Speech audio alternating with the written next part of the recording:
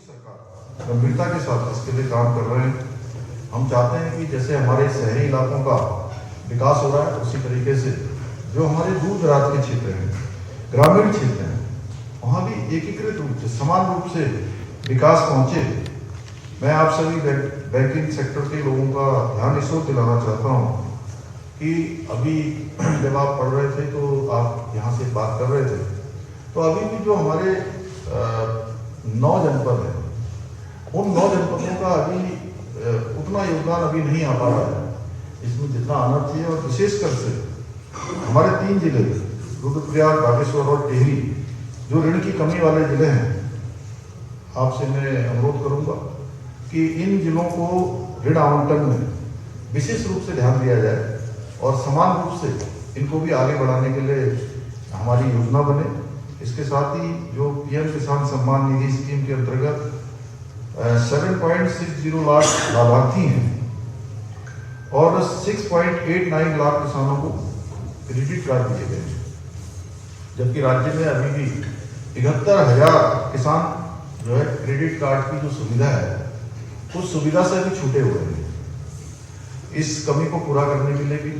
हम लोगों को सामूहिक रूप से प्रयास करना होगा, क्योंकि इससे अच्छा कोई मंच नहीं हो सकता। और किसान क्रेडिट की बात मैंने इसलिए करी कि हर बार जब भी हम माननीय प्रधानमंत्री जी के साथ पूरे देश के मुख्यमंत्रियों का कॉन्क्लेव होता है, उस कॉन्क्लेव में ये उनकी फ्लैगशिप स्कीमों में आता है,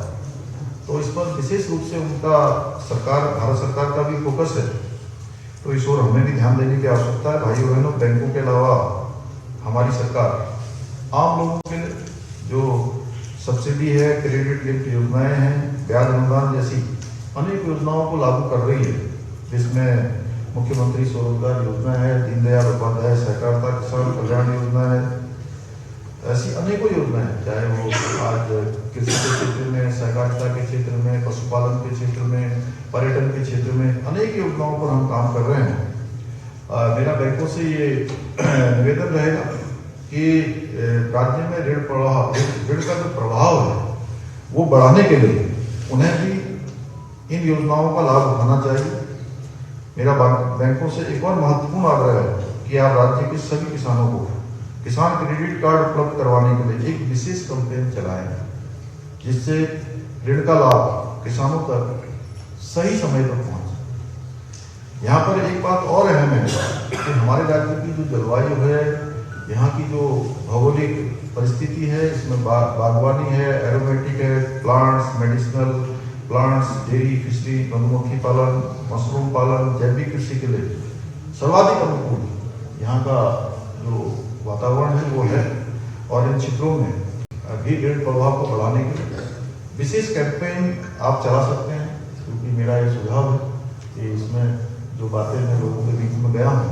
उनके बीच में से जो बातें आई हैं, मुझे लगा कि आप इसको जरूर इस पर आपका ध्यान दिलाना चाहिए। मुझे विश्वास है कि इस कार्य में हमारी सरकार को आपका सहयोग अवश्य मिलेगा। आप जो भी योजनाएं चलाएंगे,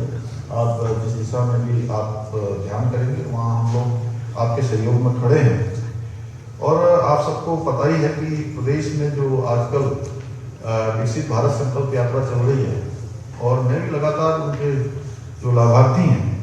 उन लाभार्थियों से लगातार बात कर रहा हूँ। और हमारे प्रधानमंत्री जी का जो लक्ष्य है 2047 तक भारत को विकसित भारत बनाना, और सरकार की योजनाओं को उन कमजोर लोगों तक पहुँचाना है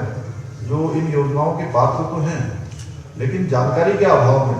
उनको इन योजनाओं का लाभ नहीं मिल पा रहा है, उन्होंने अभी तक लाभ नहीं उठाया है।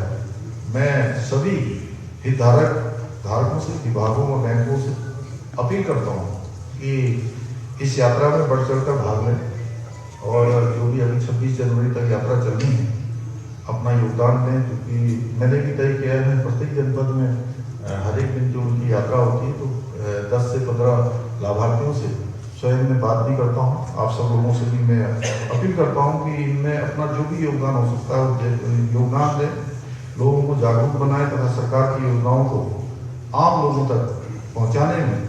अपनी भूमिका अवश्य अदा करें। भाइयों बहनों, हमारे देश के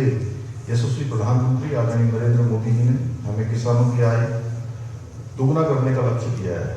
और ये लक्ष्य हमारा संकल्प है और हमारी सरकार इस लक्ष्य को प्राप्त करने के लिए निरंतरता से कार्य कर रही है और जिसमें आप सबका सहयोग भी अपेक्षित है। राज्य में अधिक से अधिक प्रभाव से हम विकास की जो असमानता व पलायन जैसी चुनौतियां हैं उनका भी सफलतापूर्वक सामना करने में अवश्य सफल होंगे। आप सबको बात